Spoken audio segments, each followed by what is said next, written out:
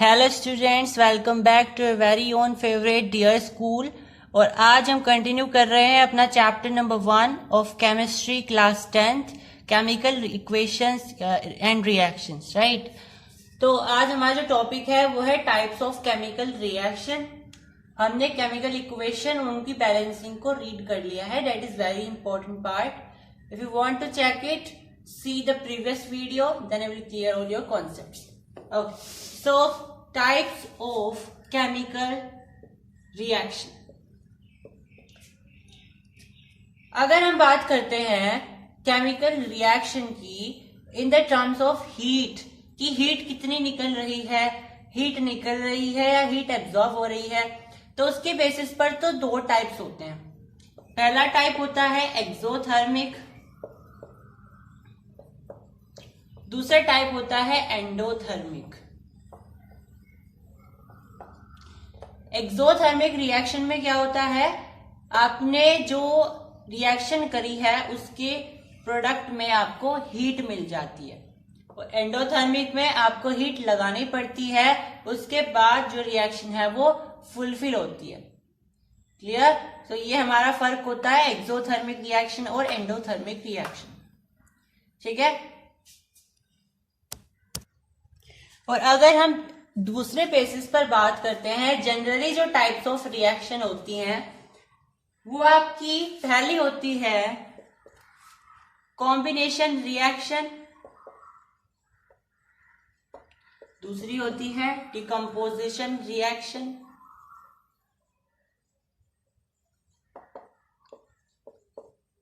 Third होती है displacement reaction, fourth होती है डबल डिस्प्लेसमेंट रिएक्शन,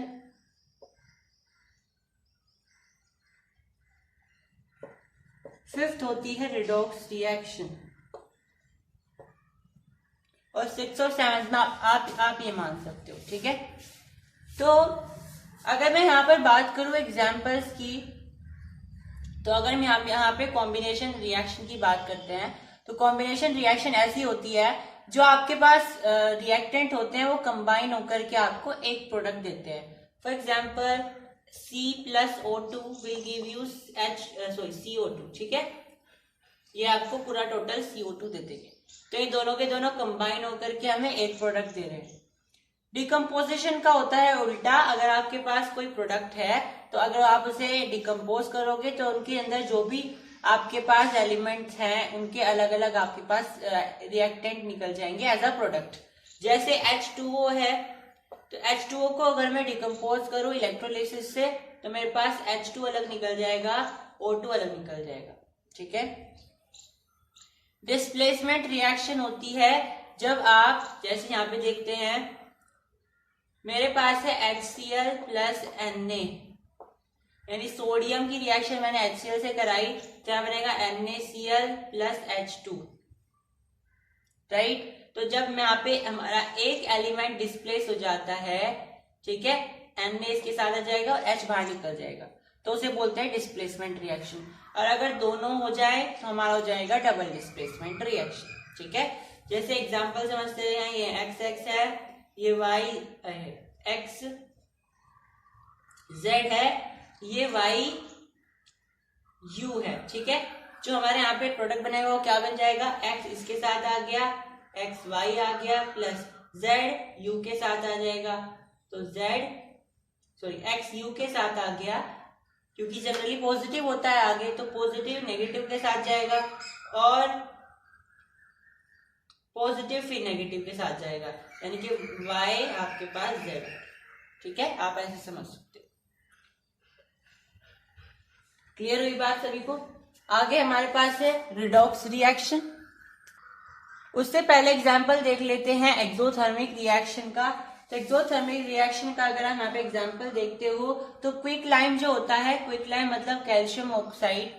तो कैल्शियम ऑक्साइड की रिएक्शन जब आप H2O से करते हो तो आपके पास क्या बनता है, CaOH का होल ट्वाइस बनता है और बहुत सारी हीट निकल जाती है। ठीक है, बहुत सारी हीट आपकी निकल जाती है। समझ आई बात? और अगर आप बात करते हो एंडोथर्मिक रिएक्शन की तो बहुत सारी हीट आपको देनी पड़ती है। ठीक है, आपको बहुत सारी हीट देनी पड़ती है, उसके बाद रिएक्शन होती है। क्लियर? चलो, अगर आप एंडोथर्मिक का एग्जाम्पल देखते हो तो जैसे वाटर का जो फॉर्मेशन होता है H2+O2, आपको यूवी रेज देनी पड़ती है, यानी कहने की बात है आपको हीट लगानी पड़ेगी, तब जाकर के आपको H2O मिलता है। ठीक है, तो ये एंडोथर्मिक रिएक्शन के आपके पास एग्जाम्पल है। अब मैंने आपको बताई थी रिडॉक्स रिएक्शन भी देखेंगे, मैंने आपको बताई थी डिकम्पोजिशन रिएक्शन। ठीक है, अब डिकम्पोजिशन जो रिएक्शन होती है वो 3 तरह की होती है, पहले वो कवर कर लेते हैं, उसके बाद रिडॉक्स रिएक्शन करेंगे, हमारा चैप्टर ऑलमोस्ट फिनिश होने वाला है। तो डिकम्पोजिशन रिएक्शन की अगर मैं बात करूं तो हमारे पास पहला जो उसका टाइप होता है वो होता है थर्मल डिकम्पोजिशन रिएक्शन। दूसरा जो टाइप होता है वो होता है इलेक्ट्रोलिसिस डिकम्पोजिशन रिएक्शन। तीसरा जो एग्जाम्पल होता है वो होता है फोटोलिसिस डिकम्पोजिशन रिएक्शन। फटाफट से देखते हैं, बहुत ज्यादा इंपॉर्टेंट है ये। थर्मल का अगर मैं बात करूं, थर्मल से आप क्या समझते हैं? हीट। ठीक है, थर्मल का मतलब होता है हीट, यानी कि डिकम्पोजिशन रिएक्शन कब होगी? जब आप उसमें हीटिंग करते हो। अगर आप उसे हीट देते हो तो आपकी डिकम्पोजिशन रिएक्शन फुलफिल होगी, तो आप बोलोगे थर्मल डिकम्पोजिशन रिएक्शन। अगर आप बिजली देते हो, वहां पे बिजली के झटके दे रहे हो उसे, तो आप बोलोगे इलेक्ट्रोलिसिस डिकम्पोजिशन रिएक्शन। और अगर आप फोटोलिसिस मतलब आप सनलाइट दे रहे हो, तो आप बोलोगे फोटोलिटिक डिकम्पोजिशन रिएक्शन। क्लियर? तो अगर मैं बात करूं थर्मल डिकम्पोजिशन रिएक्शन की, तो हमारे पास एग्जाम्पल होता है CaCO3। और जब आप इसे हीट करते हो तो आपके पास क्या बनता है? CaO यानी कैल्शियम ऑक्साइड या क्विकलाइम, और प्लस में कार्बन डाइऑक्साइड, ये आपके पास रिएक्शन आती है। अगर आप बात करते हो इलेक्ट्रोलिसिस की, तो बहुत अच्छा एग्जांपल है इलेक्ट्रोलिसिस का, दैट इज H2O, और आपके पास बनता है H2H2+O2। वाटर, जो वाटर बनता है वो वाटर को अगर आप इलेक्ट्रोलिसिस करोगे तो आपके पास H2 और O2 मिल जाता है। अब फटाफट से डीपली समझ लेते हैं कि इलेक्ट्रोलिसिस काम कैसे करता है। ठीक है, तो अगर मुझे इलेक्ट्रोलिसिस करना है तो मैंने क्या किया, एक मग लिया है ऐसे, उसमें मैंने पानी भर दिया है, यहाँ पे मैंने इलेक्ट्रोड लगा दिए हैं। ठीक है, 2 इलेक्ट्रोड लगा दिए हैं और इनको बैटरी से लगा दिया है। मान लीजिए 6 वोल्ट की कोई बैटरी है। ठीक है, तो मैंने यहाँ पे जब इसे बिजली दी वाटर को, तो इसमें जो हम बोलते हैं कि नेगेटिव वाली इलेक्ट्रोड होगी, ये मान लो नेगेटिव वाली इलेक्ट्रोड है, ये मान लो पॉजिटिव वाली इलेक्ट्रोड है, तो H2O जब हम बिजली देंगे तो आप H2 और O2 में निकल जाएगा। अगर हम आयनिक लेवल पर देखें तो H क्या है? H पॉजिटिव, O क्या है? O ट्वाइस नेगेटिव, यही होता है। तो इसका मतलब क्या है? जो नेगेटिव है वो पॉजिटिव की तरफ जाएगा, जो पॉजिटिव है वो नेगेटिव की तरफ जाएगा। मतलब नेगेटिव इलेक्ट्रोड के पास कौन निकलेगा? H2 निकलेगा। पॉजिटिव इलेक्ट्रोड के पास कौन निकलेगा? O2 निकलेगा। मतलब इस इलेक्ट्रोड के पास अगर आप माचिस की तिल्ली लेकर के जाते हो तो पॉपअप साउंड की आवाज आएगी, मैंने बताया था आपको, और ऑक्सीजन यहां से आपके पास निकलेगी। ठीक है, इस तरीके से आप इलेक्ट्रोलिसिस करते हो। नाउ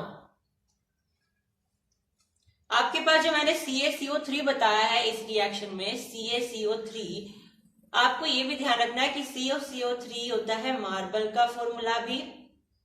ठीक है, मार्बल का फॉर्मूला भी यही होता है, और जनरली जब यहाँ पे व्हाइट वॉशिंग करी जाती है तो ये यूज किया जाता है, तो फिर शाइनिंग आ जाती है ना, शाइनिंग आती है बहुत बढ़िया। तो वो क्यों आती है? क्योंकि CaO के साथ कार्बन डाइऑक्साइड निकल रहा है। ठीक है, तो इसकी वजह से हमारे पास शाइनिंग आ जाती है।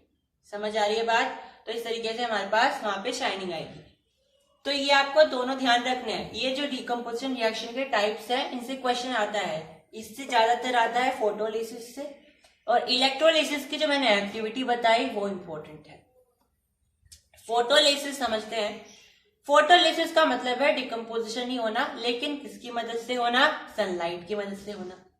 क्योंकि फोटो का मतलब होता है लाइट, तो आप सनलाइट बोल लो या केवल लाइट बोल सकते हो, ठीक है। दोनों ही क्या है? आपकी डिकम्पोजिशन रिएक्शन होती है। इसका एग्जाम्पल क्या है? AgCl यानी कि सिल्वर क्लोराइड। आप अगर देखो तो यहाँ पे लिखा Ag+Cl। ये ऐसे कलर का होता है, होता है व्हाइट कलर का, और आपके पास फिर ये AgCl से सिल्वर हो जाता है अलग ग्रे कलर का, और ये हो जाता है अलग ये क्लोरीन गैस, ठीक है, येलोइश कलर की। इसी तरीके से AgBr होता है, जिसमें Ag अलग हो जाता है और Br अलग हो जाता है,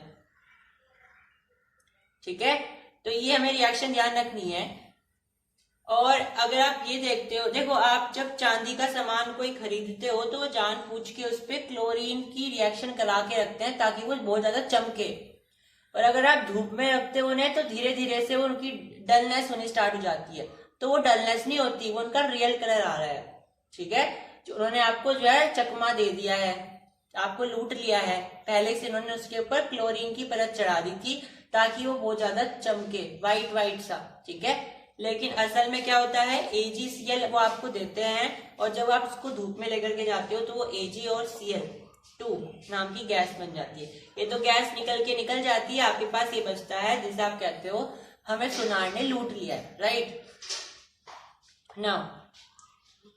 अब इसके यूज पूछे जाते हैं, फोटोलिटिक डिकम्पोजिशन रिएक्शन के यूज पूछे जाते हैं। तो इसका यूज होता है आपके पास ब्लैक व्हाइट फोटोग्राफी में, ठीक है। जो आपके पास ये रिएक्शन थी ना Ag+Br, इसका यूज होता है ब्लैक व्हाइट फोटोग्राफी में। ये आपको ध्यान रखते हुए चलना है, ठीक है। यहां तक समझ में आया सभी के? एक बार फिर से रिवीजन करा देते हैं सारी रिएक्शंस का, ताकि आप बिल्कुल अच्छे से समझ जाए। तो आपके पास पहली रिएक्शन मैंने कौन सी बताई थी? पहली रिएक्शन मैंने आपको बताई थी कॉम्बिनेशन रिएक्शन। तो कॉम्बिनेशन रिएक्शन कैसी रिएक्शन होती है? जिसमें दो या दो से ज्यादा रिएक्टेंट मिलकर के एक प्रोडक्ट बनाते हैं, ठीक है। जैसे कि आपके पास होता है Mg+O2 MgO, जैसे कि C+O2 CO2, जैसे कि H2+O2 H2O। बहुत सारे एग्जांपल्स होते हैं। चलो उसके बाद डिकम्पोजिशन रिएक्शन तीन तरह की जो मैंने अभी बताई है, थर्मल, फोटोलिटिक और इलेक्ट्रोलिटिक, ठीक है। इनके एग्जांपल मैंने अभी आपको बताए हैं। उसके बाद रिएक्शन होती है आपके पास डिस्प्लेसमेंट रिएक्शन, जिसमें आपका सिंगल एलिमेंट या सिंगल रिएक्टेंट डिस्प्लेस हो जाता है दूसरे रिएक्टेंट के साथ। जैसे Zn+CuSO4, तो क्या करेगा ये Zn? क्या करेगा? इस Cu को निकाल देगा यहाँ से। ऐसा क्यों होता है? क्योंकि रिएक्टिविटी सीरीज के अनुसार जो एलिमेंट्स ऊपर आएगा with respect to another element वो उससे ज्यादा रिएक्टिव होता है। तो जिंक जो है कॉपर से ज्यादा रिएक्टिव होता है, तो जिंक इसे हटा देगा। तो आपके पास क्या बनेगा? ZnSO4 प्लस Cu आपके पास अलग निकल जाएगा। क्लियर? नाउ आपके पास होती है डबल डिस्प्लेसमेंट रिएक्शन। जैसे कि यहाँ पे देखिए BaCl2 plus Na2SO4 will give you BaSO4 plus NaCl। तो यहाँ पे क्या हुआ है? ये Ba है और जो पहला होता है आपके पास जनरली वो पॉजिटिव होता है। तो पॉजिटिव किसके पास जाएगा? यहाँ के नेगेटिव के पास जाएगा। अब यहाँ का पॉजिटिव किसके पास जाएगा? यहाँ के नेगेटिव के पास जाएगा, ठीक है। तो BaSO4 आ गया, पर Na2Cl2 नहीं होता कुछ, क्योंकि एक दूसरे से 2 कट जाएंगे, इक्वल चार्ज जाएगा, तो NaCl आपके पास बन जाएगा। जो आपके घर आप टाटा नमक खाते हो दैट इज NaCl, ठीक है। ये कैसे बनता है? वैसे तो NaCl नहीं बनता, नमक बनता है जनरली, जो हम रिएक्शन बना के देखते हैं लेबोरेटरीज में, वो भी हम आपको कराएंगे, ठीक है। एक्सपेरिमेंट क्लासेस भी आपकी जल्दी होगी। तो यहां तक मैंने आपको बताए हैं रिएक्शंस के टाइप। अब आपकी लास्ट रिएक्शन बचती है, that is redox reaction. Redox reaction, अब रिडॉक्स रिएक्शन में क्या होता है? ऑक्सीडाइजेशन और रिडक्शन एक साथ साथ हो जाते हैं, ठीक है। ऑक्सीडाइजेशन और रिडक्शन दोनों साथ साथ हो जाते हैं। अब इस बात को समझने के लिए, रिडॉक्स रिएक्शन को समझने के लिए ऑक्सीडाइजेशन और रिडक्शन का समझना बहुत ज्यादा जरूरी है। तो इनके मतलब हम कई तरीके से निकालते हैं, जैसे कि ऑक्सीडाइजेशन का मतलब होता है ऐड कर देना ऑक्सीजन, ठीक है, या फिर माइनस कर देना हाइड्रोजन, ठीक है। ऑक्सीडाइजेशन का मतलब क्या होता है, या तो आप उसमें ऑक्सीजन ऐड कर दो या फिर आप उससे हाइड्रोजन निकाल दो। आपके पास अगर ऑक्सीजन है भी नहीं, अगर आपको ऑक्सीडाइजेशन करनी है फिर भी, तो आप क्या कर सकते हो, उसमें से हाइड्रोजन को निकाल सकते हो, ठीक है। एक और मतलब होता है लॉस ऑफ इलेक्ट्रॉन्स। ऑक्सीडाइजेशन का मतलब होता है लॉस ऑफ इलेक्ट्रॉन्स। जिस जगह पर इलेक्ट्रॉन्स का लॉस हो रहा है वहां पे आप बोलते हो ऑक्सीडाइजेशन हुई है, ठीक है। ऐसे ही रिडक्शन का मतलब होता है हाइड्रोजन का ऐड कर देना, और अगर आपके पास हाइड्रोजन नहीं है, आप रिडक्शन करना चाहते हो, तो आप क्या कर सकते हो, ऑक्सीजन को माइनस कर सकते हो, या फिर इसका मतलब होता है gain of electrons. Gain of electron, जहां पे इलेक्ट्रॉन का गेन हो रहा है वहां पे आप बोलोगे कि रिडक्शन हो रही है। यहां पे समझ में आई बात। ऑक्सीडाइजेशन का मतलब क्या है, रिडक्शन का मतलब क्या है, तीन पर्सपेक्टिव में आप देख सकते हो। और मुझे यहां तक मुझे लगता है जो तीसरा पर्सपेक्टिव है इससे सवाल आ सकता है, gain of electron, loss of electron. आपको कोई सेटअप दे दिया जाएगा, देखो ध्यान से समझिए। आपको ऐसा कोई सेटअप दे दिया, यहाँ पे आपके पास दो इलेक्ट्रोड लगी हुई है, वो बोल रहा है ए इलेक्ट्रोड है, ये बी इलेक्ट्रोड है, और ए इलेक्ट्रोड पर क्या हुआ है, इलेक्ट्रॉन अपना प्लेस बदल रहे हैं। आपको ऐसा बोल देगा डिस्प्लेस हो रहे हैं, इसका मतलब इलेक्ट्रॉन लॉस हो रहे हैं। तो जनरली उसने क्या बोल दिया कि ए इलेक्ट्रोड पर लॉस ऑफ इलेक्ट्रॉन हुआ है। तो इसका मतलब क्या है, यहाँ पे क्या हुई है, ऑक्सीडाइजेशन हुई है। तो आपको पूछेगा बी पर क्या हुआ होगा, अगर यहाँ पे ऑक्सीडाइजेशन हुई थी, यहाँ पे क्या हुआ होगा, रिडक्शन हुआ होगा, ठीक है। और ऐसी रिएक्शन जहां पे ऑक्सीडाइजेशन और रिडक्शन साथ साथ काम करते हैं, उस रिएक्शन को आप बोलते हो रिडॉक्स रिएक्शन। जैसे कि मैंने एग्जांपल दिया, यहां से इलेक्ट्रॉन गए निकले, यहाँ पे जाएंगे, यानी कि यहां से तो इलेक्ट्रॉन का लॉस हुआ और यहाँ पे इलेक्ट्रॉन का गेन हुआ है, ठीक है। तो यहाँ पे आप बोलोगे कि ये कौन सी रिएक्शन चल रही है, ये आपकी रिडॉक्स रिएक्शन चल रही है। एग्जाम्पल से समझते हैं, एग्जाम्पल समझते हैं। आपके पास है CuO plus H2, Cu plus H2O। अब ये रिएक्शन रिडॉक्स रिएक्शन है, हम कैसे पता कर सकते हैं? तो उसके लिए आपको एक चीज और समझनी पड़ेगी, दैट इज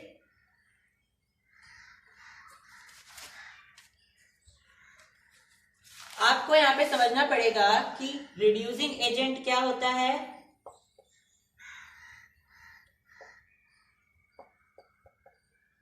ऑक्सीडाइजिंग एजेंट क्या होता है,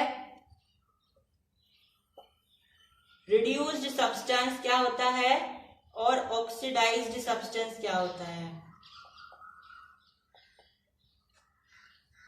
ठीक है। ये आपको समझना है। अब यहां पे देखिए, रिड्यूसिंग एजेंट का मतलब है वो कंपाउंड या वो एलिमेंट जिसकी वजह से जो रिडक्शन है वो हुआ है, मतलब उसके पास ऑलरेडी हाइड्रोजन होगी, इसलिए वो रिडक्शन कर पा रहा है, समझ रहे हो। तो रिड्यूसिंग एजेंट कौन होगा, जिसके पास ऑलरेडी हाइड्रोजन होगी, इसलिए वो रिडक्शन कराएगा भी, क्योंकि ऐसे वैसे कोई नहीं करा सकता, जिसके पास हाइड्रोजन है वही कराएगा। तो रिड्यूसिंग एजेंट जिसके पास हाइड्रोजन होती है, ठीक है। अब ऑक्सीडाइजिंग एजेंट भी बिल्कुल सेम है, जिसके पास ऑक्सीजन होती है, इसलिए वो ऑक्सीडाइजेशन भी कराएगा, ठीक है। अब इनका उल्टा देखिए, जो रिड्यूसिंग एजेंट होता है वही आपका ऑक्सीडाइज्ड सब्सटेंस भी होता है। ये ट्रिक है, बच्चे इसमें कंफ्यूज हो जाते हैं। आपको पूछा जाएगा रिड्यूस सब्सटेंस निकालो, ऑक्सीडाइजिंग रिएजेंट निकालो, है ना। आप इनमें कंफ्यूज हो जाओगे। तो ये ट्रिक है, जो रिड्यूसिंग एजेंट होता है वही ऑक्सीडाइज्ड सब्सटेंस भी होता है, और जो ऑक्सीडाइजिंग एजेंट होता है वही रिड्यूस्ड सब्सटेंस भी होता है। ठीक है, अगर मैं यहाँ पे बात करूं तो आपके पास यहाँ पे दिया हुआ है CuO, तो इसके पास ऑक्सीजन है, इसका मतलब क्या है, ये आपका ऑक्सीडाइजिंग एजेंट है। और ऑक्सीडाइजिंग एजेंट होने के साथ साथ ये क्या होगा, ये रिड्यूस्ड सब्सटेंस भी होगा। रिड्यूस्ड सब्सटेंस का मतलब इसके आगे इसमें से ऑक्सीजन हट जाएगी। ठीक है, H2 ये आपका रिड्यूसिंग एजेंट है, और जो रिड्यूसिंग एजेंट होगा वो आपका ऑक्सीडाइज्ड सब्सटेंस भी होगा। देखिए CuO है, इसमें से ऑक्सीजन अलग निकल गई, मतलब ये रिड्यूस्ड सब्सटेंस बन गया, लेकिन ऑक्सीडाइजिंग एजेंट ये था। H2 रिड्यूसिंग एजेंट था, लेकिन H2O बन गया, इसमें ऑक्सीजन ऐड हो गई, मतलब ये ऑक्सीडाइज्ड सब्सटेंस बन गया। सभी को समझ में आई क्या हुआ यहाँ पर? ये सिंपल सी ट्रिक है, जिसके पास ऑक्सीजन आपको दिखाई दे रही है वो आपका ऑक्सीडाइजिंग एजेंट बन जाएगा, जिसके पास आपके पास हाइड्रोजन दिखाई दे रही है वो आपका रिड्यूसिंग एजेंट बन जाएगा। और ऐसा भी हो सकता है कि कोई एक होगा आपके पास, मान लीजिए एग्जांपल ले लेते हैं, आपके पास ऐसा कोई एलिमेंट है XO, यानी ऑक्सीजन है इसके साथ, प्लस में आपके पास Y दे दिया, ये हाइड्रोजन है ही नहीं। आपको पता करना है रिड्यूसिंग एजेंट क्या है, ऑक्सीडाइजिंग एजेंट क्या है। तो आप देख पा रहे हो उसके पास ऑक्सीजन है, तो ये तो आपका ऑक्सीडाइजिंग एजेंट है ही, और इसके अलावा जो भी बचा वो आपका क्या हो जाएगा, रिड्यूसिंग एजेंट हो जाएगा। ठीक है, दीज आर द ट्रिक्स जो आपको हेल्प करेंगे। ठीक है, तो यहां तक आपकी समझ में आया। अब ये जो मैंने रिएक्शन लिखी है ये बड़ी इंपॉर्टेंट रिएक्शन है, ध्यान से समझते हैं। मैंने लिया कॉपर का पाउडर, ठीक है, कॉपर पाउडर मैंने लिया और मैंने उसको हीट किया बर्नर पर। ठीक है, मैंने उसको हीट करा, तो हीट करने का मतलब क्या बताया था मैंने, ऑक्सीजन से रिएक्शन करवाना। तो कॉपर की रिएक्शन मैंने कराई ऑक्सीजन से, तो मुझे क्या मिलेगा, कॉपर ऑक्साइड मिलेगा। ये कॉपर होता है ब्राउन कलर का, और ये आपके पास आ जाएगा ब्लैक कलर का कंपाउंड। अब मेरा मन करा कि मुझे इस कॉपर ऑक्साइड से दोबारा से कॉपर को अलग करना है, तो मुझे क्या करना पड़ेगा, अब इसका हाइड्रोजन से रिएक्शन करानी पड़ेगी, यानी मुझे इसे रिएक्शन करानी पड़ेगी हाइड्रोजन से, यानी मुझे रिडॉक्स रिएक्शन करनी पड़ेगी। तो यहाँ पे मेरे पास मिल जाएगा S। ठीक है, समझ में आया बात? तो ये ऐसे हमने यहाँ पे करा, रिडॉक्स रिएक्शन भी हमारी कंप्लीट होती है। तो आज हमने सारे के सारे जो टाइप्स हैं केमिकल रिएक्शन के वो कंप्लीट कर लिए। ठीक है, आगे जो हमारा टॉपिक बचता है वो है आपके पास करोजन एंड रेंसिडिटी। उसके पहले कुछ इंपॉर्टेंट पॉइंट्स देख लेते हैं। कोरोजन और रेंसिडिटी पढ़ने से पहले कुछ इंपॉर्टेंट टर्म्स देख लेते हैं जो हमारे चैप्टर में जरूरी है। पहली होती है आपके पास प्रेसिपिटेशन रिएक्शन। तो प्रेसिपिटेशन रिएक्शन कौन सी रिएक्शन होती है, जिसके पास अगर आप रिएक्शन करते हो तो बाद में आपके पास कोई प्रेसिपिटेट बन जाता है। तो बोलोगे मैंने उसे पढ़ाया क्यों नहीं इसमें, तो क्योंकि precipitation reaction double displacement reaction का ही दूसरा नाम होती है। तो तुम बोलोगे इसका मतलब ये है कि डबल डिस्प्लेसमेंट रिएक्शन में हमेशा आपको एक प्रेसिपिटेट मिलता है। तो मैंने कहा बिल्कुल सही। ठीक है, तो हमेशा आपको डबल डिस्प्लेसमेंट रिएक्शन में कोई ना कोई प्रेसिपिटेट मिलेगा, और इसीलिए आप उसको बोलते हो प्रेसिपिटेशन रिएक्शन। उसके बाद है हेबर्स प्रोसेस। हेबर्स प्रोसेस को ध्यान से समझेंगे।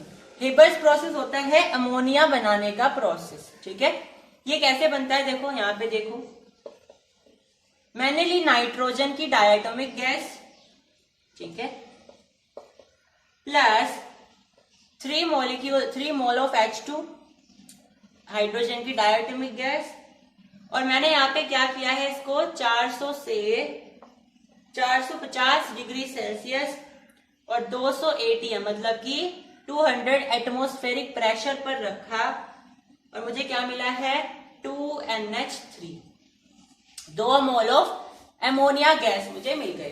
तो ये प्रोसेस होता है आपका हेबर्स प्रोसेस। हेबर्स प्रोसेस के अनुसार आप जो है यहाँ पे NH3 यानी कि एमोनिया गैस बनाते हो। ठीक है। अमोनिया गैस कैसे बनती है? नाइट्रोजन और हाइड्रोजन को ऐड करके। ये कंडीशन रहती है, आपको यहाँ पे रखना होता है 400 से 450 डिग्री सेल्सियस और 200 ATM। और ध्यान रखना इस रिएक्शन में आपको एक कैटलिस्ट भी लेकर के चलना होता है, डेट इज Fe, आयरन। अब एक कैटलिस्ट क्या होता है यहाँ पे समझ लीजिए कि यहाँ पे कैटलिस्ट आपको लेके चलना है। अब हम आपको समझाते हैं कैटलिस्ट है क्या। तो कैटलिस्ट क्या होता है? कैटलिस्ट कुछ ऐसे सब्सटेंस होते हैं जो कि आप जब रिएक्शन कर रहे होते हो, आपकी रिएक्शन की स्पीड को मेंटेन करते हैं। अगर आपको वो रिएक्शन बिल्कुल क्विक चाहिए, प्रॉम्प्ट चाहिए, तो आप वहां पे कैटलिस्ट का यूज कर सकते हो। कुछ कैटलिस्ट होते हैं ऐसे। या फिर आप चाहते हो कि ये रिएक्शन थोड़ी धीरे धीरे से चले, ग्रेजुअली चले, तो उसके अलग से कैटलिस्ट होते हैं। तो ये क्या करते हैं? रिएक्शन को एडजस्ट करते हैं जैसा आप चाहते हो, आपके अनुसार। ठीक है, आप स्पीड को या रेट को मेंटेन करते हैं। ठीक है, कैटलिस्ट। जैसे कि हमारी बॉडी में जो एंजाइम्स होते हैं वो क्या होते हैं? वो होते हैं बायोलॉजिकल कैटलिस्ट। ठीक है, आपके अंदर बहुत सारे ऐसे न्यूट्रिशनल कंपोनेंट होते हैं, पेप्सिन होते हैं, पेप्सिन जो एंजाइम है वो प्रोटीन वगैरह को करती है, ट्रिप्सिन है ना। ये जो सारी चीजें होते हैं एंजाइम्स होते हैं, और ये एंजाइम्स क्या करते हैं? एंजाइम्स को ये जो आपके एंजाइम्स होते हैं ये आपके न्यूट्रिशन कंपोनेंट को डिकम्पोज करते हैं। ठीक है, उनमें से लेते हैं। ठीक है, फूड को डिकम्पोज करके उसमें से न्यूट्रिशनल कंपोनेंट निकालते हैं।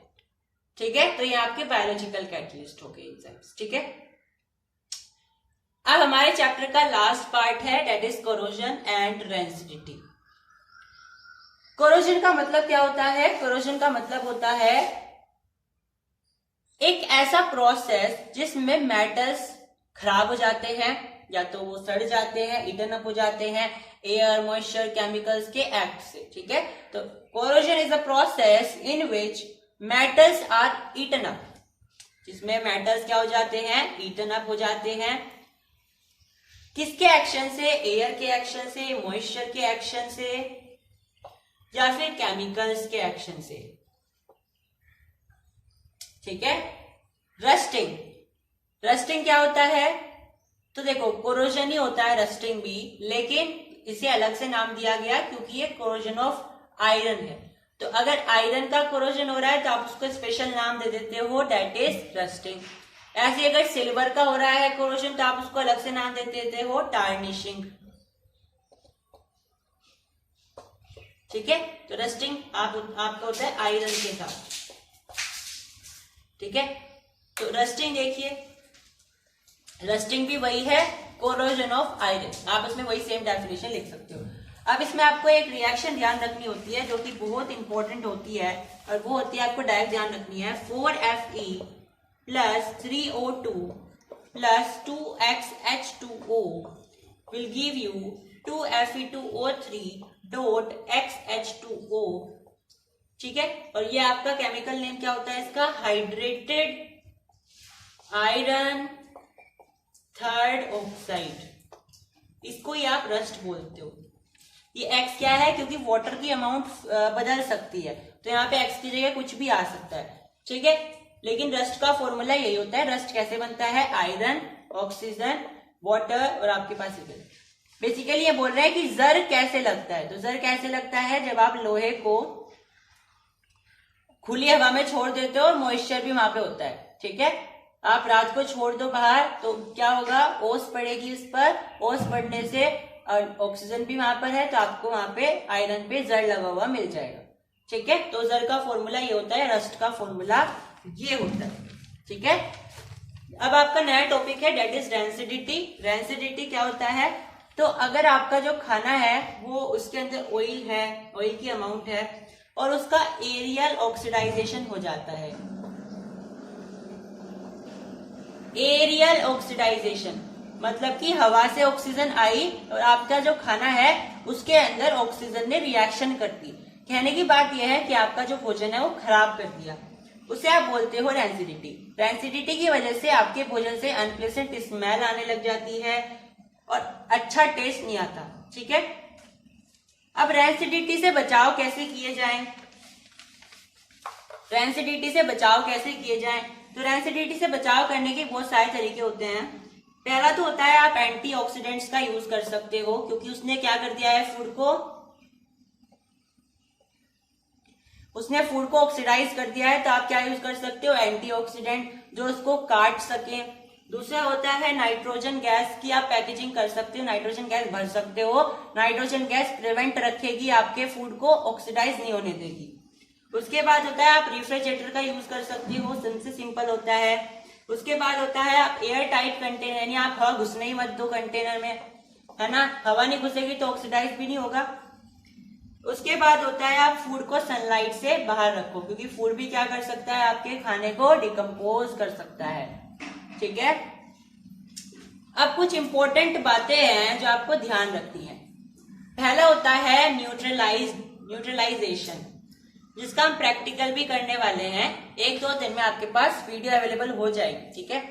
तो न्यूट्रलाइजेशन रिएक्शन क्या होती है, ऐसी रिएक्शन होती है जिसमें आप एक एसिड लेते हो, आप एक बेस लेते हो और आप उनकी रिएक्शन कराते हो और आपको एक साल्ट मिलता है और साथ में वाटर मिलता है।